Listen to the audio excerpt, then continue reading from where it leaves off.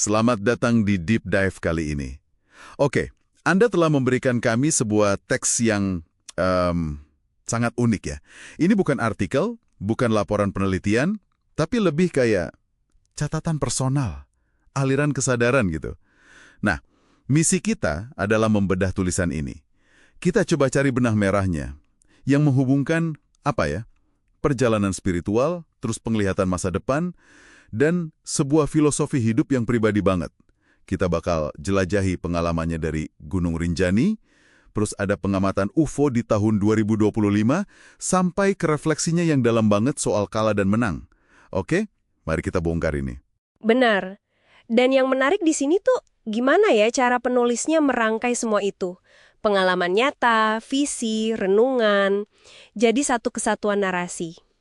Penting banget sih buat kita ngelihat ini bukan sebagai laporan fakta ya, tapi lebih sebagai cerminan perjalanan batin.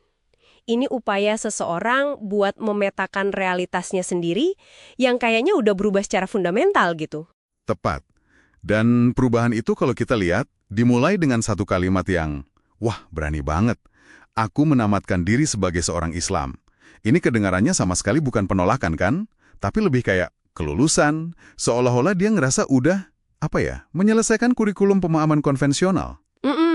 Dan kelulusan itu kayaknya ada pemicunya yang jelas loh. Penulis kan nyebutin sebuah peristiwa transformatif di tahun 2018. Dia bilang tidak sadarkan diri sepulang dari Rinjani. Nah, momen itu yang kayaknya mendorong dia nyari jawaban kemana-mana. Dari dukun, orang pintar, sampai Ustadz Rukyah. Tapi yang menarik, meskipun dia kayak menolak doktrin, bahasanya tuh masih spiritual banget. Masih ada malaikat, surga. Dia seolah-olah dia membangun teologinya sendiri dari puing-puing yang lama. Menurut Anda, dia ini beneran lulus atau gimana ya cuma pindah ke sekolah lain yang dia bangun sendiri? Pertanyaan bagus itu.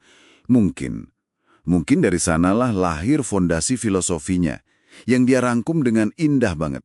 Agama bukan penderitaan, kesenangan bukan surga. Ini kan pemisahan konsep yang radikal banget.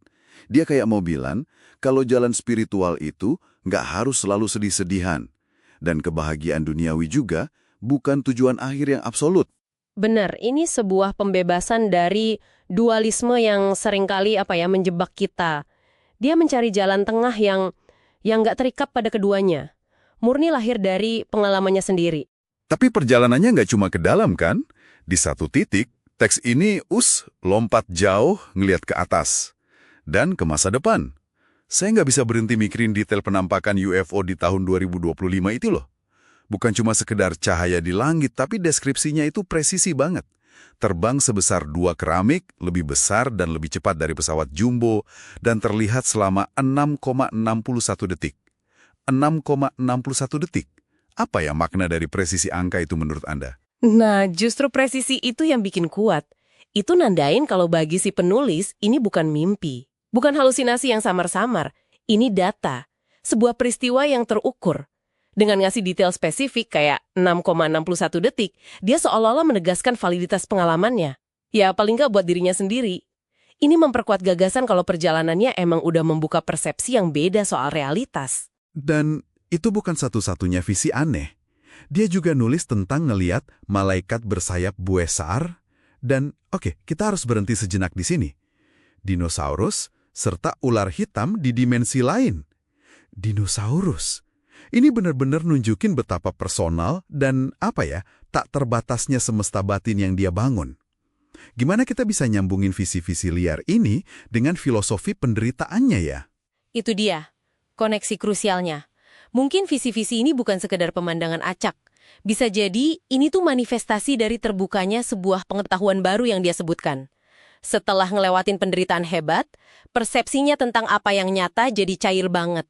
Sampai-sampai dimensi lain, malaikat, bahkan dinosaurus bisa masuk ke realitasnya dia. Visi-visi itu adalah bukti dari kelulusannya dia. Dari realitas konvensional, Masuk akal. Ini membawa kita kembali ke inti filosofinya yang dia rumuskan dalam sebuah paradoks yang indah banget. Kekalahan adalah kekuatan bagiku. Tapi penderitaan adalah sebuah kemenangan yang berbungkus kemenangan. benar. Ini penolakan total terhadap gagasan modern tentang sukses kan? Dia seolah bilang kalau masyarakat kita itu terobsesi menghindari gagal. Padahal justru di dalam kegagalan itulah, saat kita kehilangan pegangan, kehilangan tali yang kuat, kita jadi terpaksa membangun kekuatan dari nol.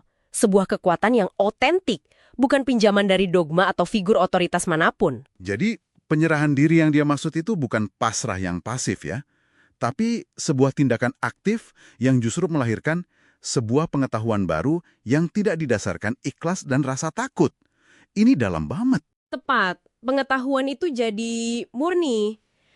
Karena nggak lagi dimotivasi oleh harapan dapat imbalan dari ikhlas, atau oleh ketakutan akan hukuman. Itu pengetahuan ya demi pengetahuan itu sendiri yang ditemukan di dasar penderitaan. Jadi dari catatan personal yang Anda bagikan ini, kita dapat potret perjalanan seseorang yang mencari kebenaran versi dia sendiri, lewat spiritualitas yang udah dia definisikan ulang, visi yang melampaui nalar, dan filosofi hidup yang ditempa langsung dari api penderitaan. Nah, ini memunculkan sebuah pertanyaan penting sih. Penulis kan pernah nyebut dia menghanyutkan sebuah buku berjudul Hikmah Lautan Kekasih Allah di Sungai. Gimana kalau tulisan yang kita bahas ini adalah upayanya dia buat nulis ulang kitab yang hilang itu? Sebuah kitab yang lahir murni dari pengalamannya sendiri. Pertanyaan untuk Anda renungkan adalah, kitab personal apa yang sedang Anda tulis dalam hidup Anda? Dan kebenaran apa yang mungkin hanya bisa Anda temukan di luar semua teks yang pernah Anda baca?